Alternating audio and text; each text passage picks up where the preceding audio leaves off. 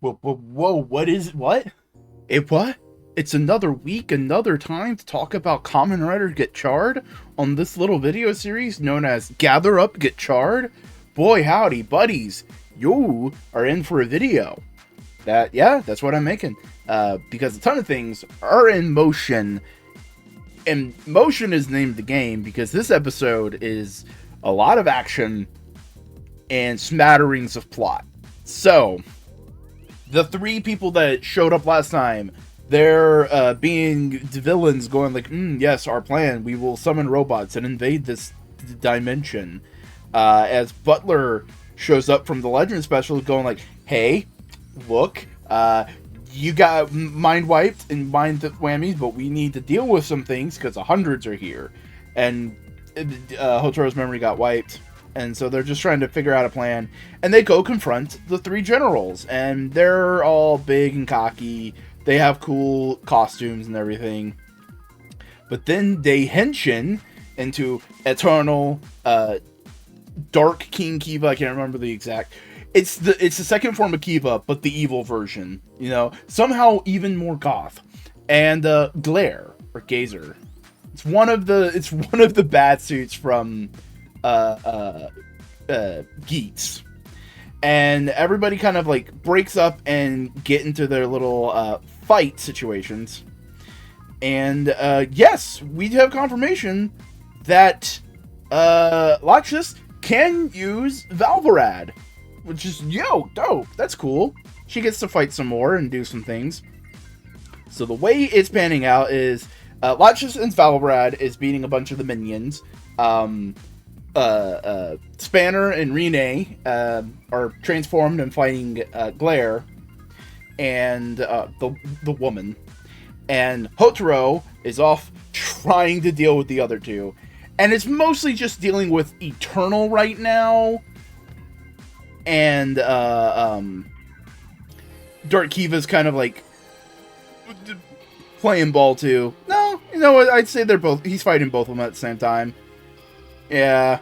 No, Hotaro's just badass like that. He can just do it. We get a fun moment with Kajiki and Butler coming face to face. And, hey, Blair's power gets used. I thought it would just be like a fun suit. No, she mind whammies Rene, and Rene's like, oh no, what's going on? They eventually fix it. And it is interesting. This is very much a, hey, remember these things?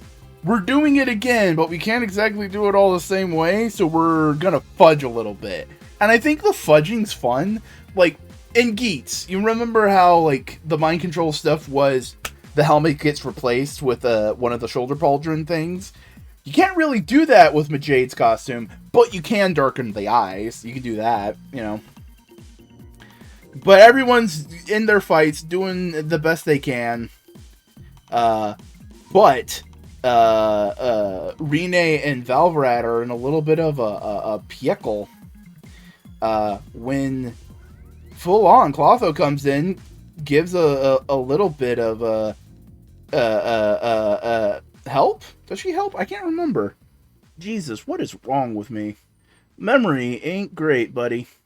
Yeah, no, they have to deal with Clotho, but they're able to defeat Glare before it's too late, and Clotho starts attacking, and Clotho stops right before hitting Laxus, showcasing that she's not just a mindless beast, but she does get Berserker Rage. And then a dude in a white costume shows the fuck up and goes like, hey, yo, you're a piece of shit, you're not strong, you can't join my team, you can't join anything. And I didn't know who the fuck this was. Because I'm not watching Outsiders right now. And like, I just go on fucking Kamen Rider Wiki. And it's just like, oh, that's where this guy is. I legit had a Marvel Wiki moment. When I read comics, I always have, like, the Marvel Wiki open on a tab. So if it's like, oh, what is that? I can just search it up real quick, right? Just to be like, go like, oh, that's the continuity. And it was just like, oh shit, I had a continuity moment. So my little superhero fan loved that shit.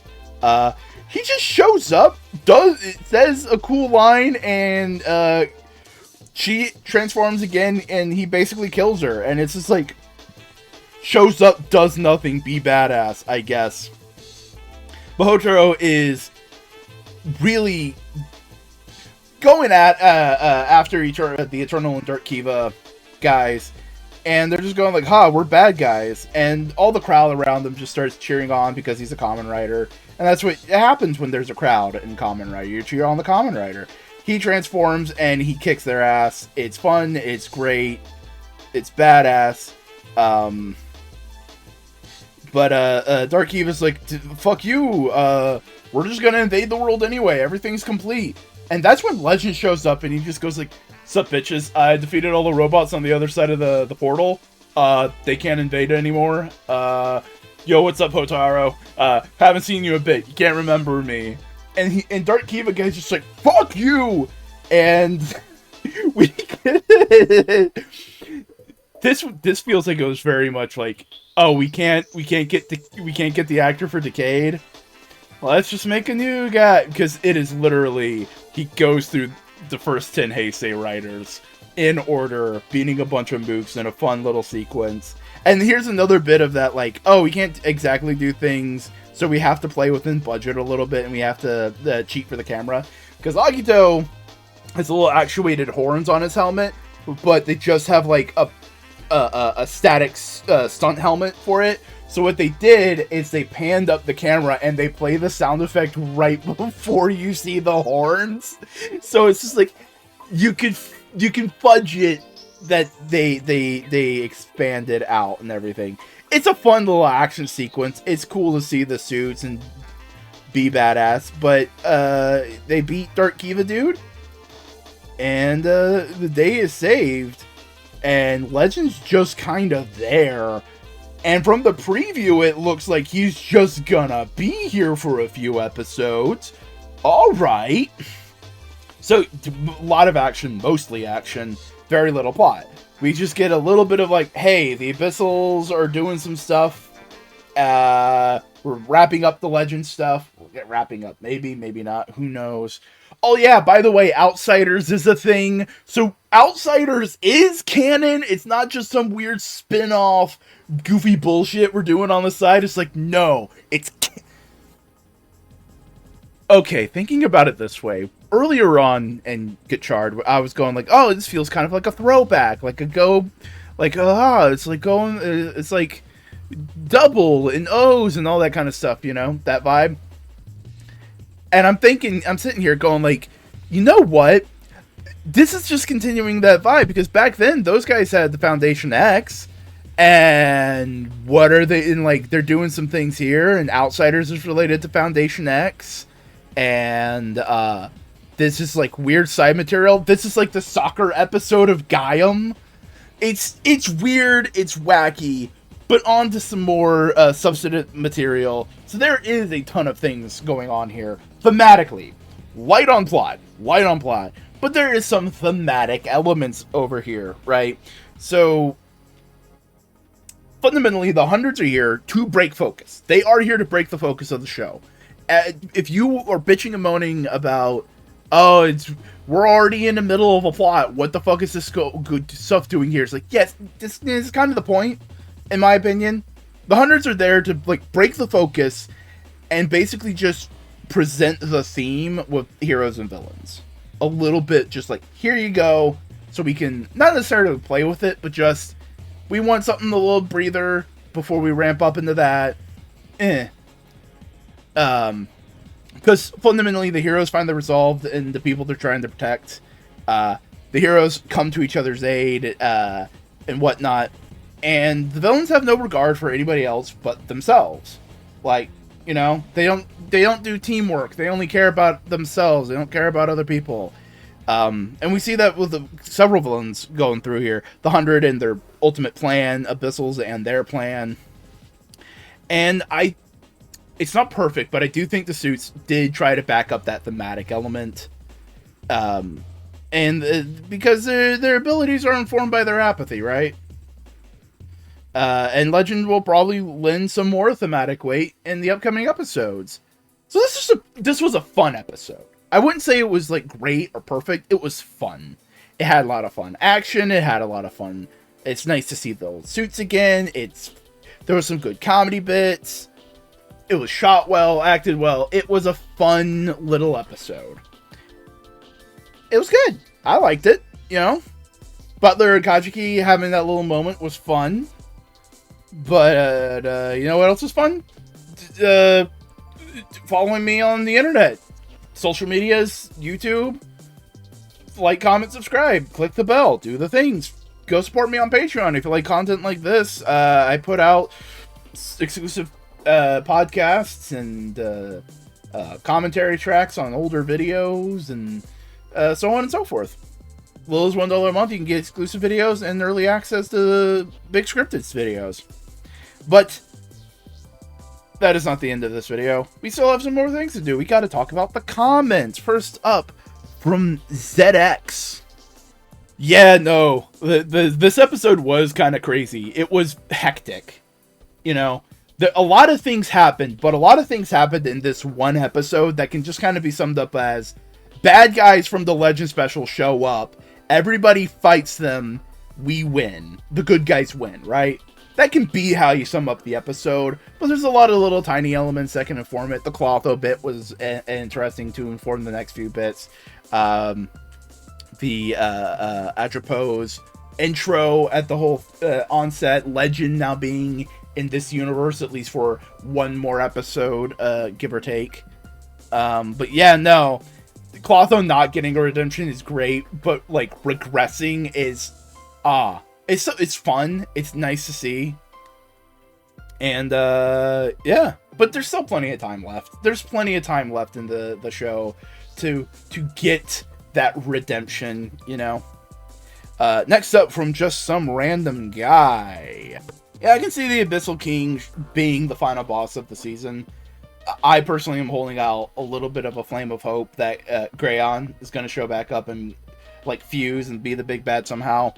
But it is interesting just seeing like Hotaro try and connect to Clotho. But with that, we have Rene empathizing with Atropos and Hotaro with Clotho. And of course, we have Spanner and Lotchis in their toxic relationship as it is. I don't know. I can see them all getting saved somehow, but I can definitely see like a bittersweet thing of like Lotchis and Clotho getting saved. But Atropos just like, no, fuck you.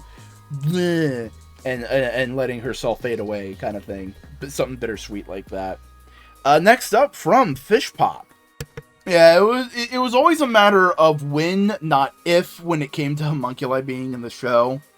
But it's just nice to get solid confirmation that no, that they are homunculus. Like I said earlier, the legend plot stuff coming in is a bit of a derailment, but I think it is kind of so. You know what? I'm saying that it solidifies the themes and everything, but the themes have been solidified. I just think it's a different way of looking at it. It's a different lens of looking through the themes, and I think those are also nice. But, you know, like, it's when it rains, it pours kind of thing.